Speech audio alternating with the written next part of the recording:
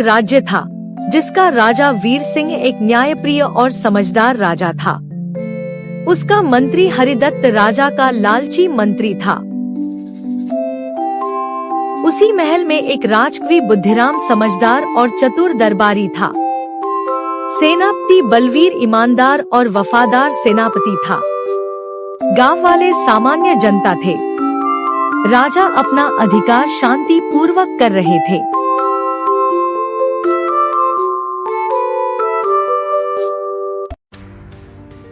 राजा बिरसिंह बोलते हैं, मंत्री हरिदत्त, हमारे राज्य में प्रजा सुखी तो है न? मंत्री हरिदत्त चापलूसी भरे अंदाज में बोलता है, महाराज आपकी कृपा से राज्य में सब आनंद में है, लेकिन क्या? अगर आप कर बढ़ा दे तो हम और भी शानदार महल बनवा सकते हैं। राजा वीर सिंह गंभीर होकर बोलता है, लेकिन कर बढ़ाने से प्रजा पर बोझ पड़ेगा। मंत्री हरिदत्त मुस्कुराकर, महाराज थोड़ी सी तकलीफ से ही बड़ा लाभ होता है।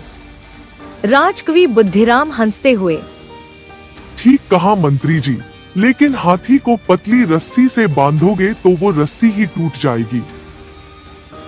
दरबारी हंसने लगते हैं,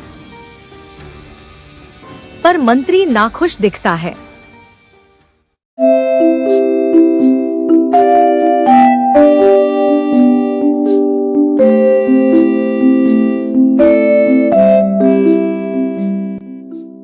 मंत्री हरिदत्त कुछ सिपाहियों के साथ खड़ा है और कर बढ़ाने की घोषणा करता है। मंत्री हरिदत्त बोलता है, सुनो प्रजा, महाराज ने कर बढ़ाने का आदेश दिया है। अब से हर किसान को अपनी फसल का आधा हिस्सा राजकोष में देना होगा। गांव वाला घबराकर बोलता है, लेकिन मंत्री जी, ऐसा होगा तो हमारे बच्चे भूखे मर जाएंगे। मंत्री हरिदत्त क्रोधित होकर बोलता है, चुप रहो, राजा का आदेश मानना ही होगा। गांव वाले निराश हो जाते हैं। एक बूढ़ी औरत आसमान की ओर देखकर प्रार्थना करने लगती है।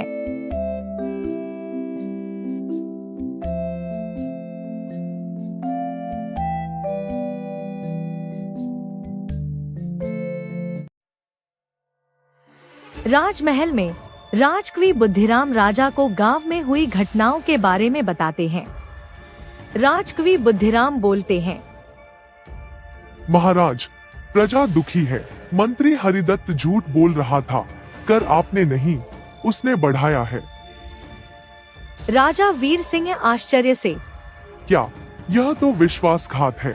मैंने तो कर बढ़ाने के लिए मंत्री को कहा ही नहीं। राजा सेनापति बलवीर को इशारा करते हैं। राजा वीर सिंह, सेनापति, तुरंत मंत्री हरिदत्त को पकड़कर दरबार में लाया जाए। मंत्री की दरबार में लाया जाता है। दरबार में मंत्री हरिदत्त घबराया हुआ खड़ा रहता है। राजा गुस्से में है। राजा वीर सिंह, मंत्री हरिदत्त, क्या यह सच है कि तुमने अपने स्वार्थ के लिए कर बढ़ाया? मंत्री हरिदत्त कांपते हुए बोलता है, महाराज, मैंने सोचा कि राज्य को धन की जरूरत होगी। राजा वीर सिंह क्रोधित होकर बोलते हैं, झूठ मत बोलो, सच्चाई सामने आ चुकी है। तुम्हारे लालच के कारण प्रजा भूखी मर रही है। सभी दरबारी मंत्री की ओर गुस्से से देखते हैं।